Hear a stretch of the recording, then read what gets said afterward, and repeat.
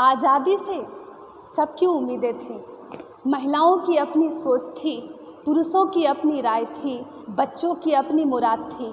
आज आज़ादी के पूर्व संध्या डिपार्टमेंट ऑफ उर्दू आज़ादी के उन जो भी बड़े सिपाही रहे, जो सच्चे देशभक्त रहे, उनको नमन कर रहा है। और डिपार्टमेंट ऑफ उर्दू की कार्यशाला में मेरे साथ फ़िलहाल मौजूद हैं गुलाम मोहिउद्दीन, जो कि उर्दू डिपार्टमेंट के स्कॉलर भी हैं। हो सकता है नाम में कुछ गड़बड़ी हो जाए, लेकिन आज़ादी से जुड़ा हुआ जो उनका कॉन्सेप्ट है वो गड़बड़ नहीं है। आज जानती हूँ क्या कहना है आज़ादी की पूर्व संध्या। बहुत स्वागत है आपका। शुक्रिया।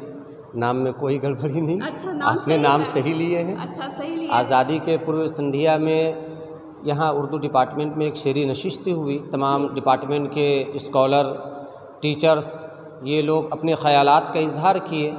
आज कुछ शेर बोलने का मौका मुझे भी मिला।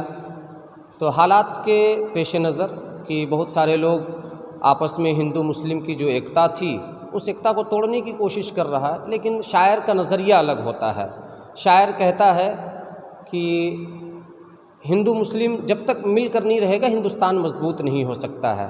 आज़ादी में तमाम मज़हब के लोग, चाहे वो हिंदू हो, सिख हो, मुस्लिम हो, ईसाई हो, जैन हो, बुद्धिस्ट हो, तमाम मज़हब के लोगों ने कि आज़ादी में तमाम मज़हब के लोगों का खून यहाँ शामिल है।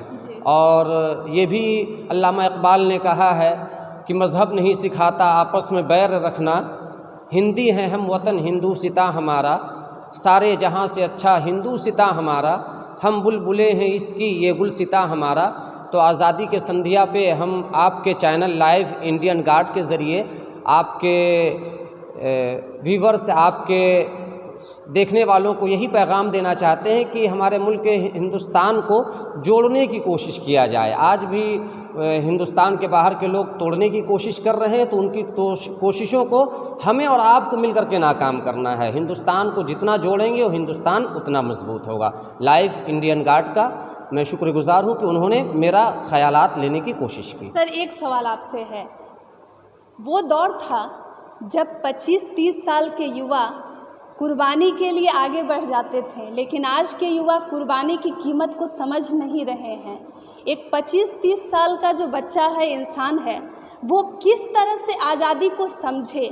आज जिस तरह देश में मजहबी दंगे बढ़ रहे हैं, जो बांटा जा रहा है, राजनीति हो रही है, आप टॉपर भी हैं, क्या सोच है, इसे कैसे रोका जाएगा अपनी ओर से?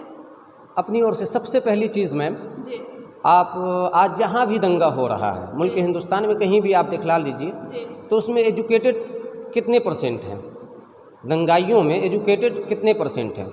अगर निगाह दौड़ाएंगे जितने दंगे हुए हैं या जितने लोग उसमें शामिल होते हैं, उसमें एजुकेटेड नहीं होते हैं। अगर दंगे को रोकना है, आज़ादी का महत्व अगर समझना है, तो सबसे पहले हम अपने आस पड़ोस में लोगों को देखें जो एजुकेटेड नहीं है बच्चे, उनको तालीम की तरफ आप राग़िब करें, तालीम की तरफ लाएं। जब तक वो एजुकेटेड नहीं होगा, तालीम याफ्ता नहीं होगा, उसे आज़ादी का कोई वैल्यू, कोई माना उसे समझ में नहीं आएगा।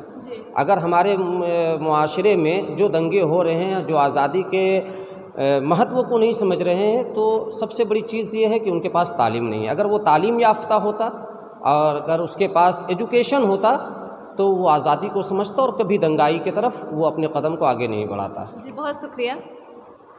बेड़ियाँ टूट चुकी है, लेकिन अब भी हम रिहाई से दूर हैं। क्या मेरे इस स्टेटमेंट से आप सहमत हैं? कमेंट में ज़रूर लिखिएगा आज़ादी के कितने करीब हैं हम। तब तक जुड़े रहें लाइव इंडियन गार्ड के साथ।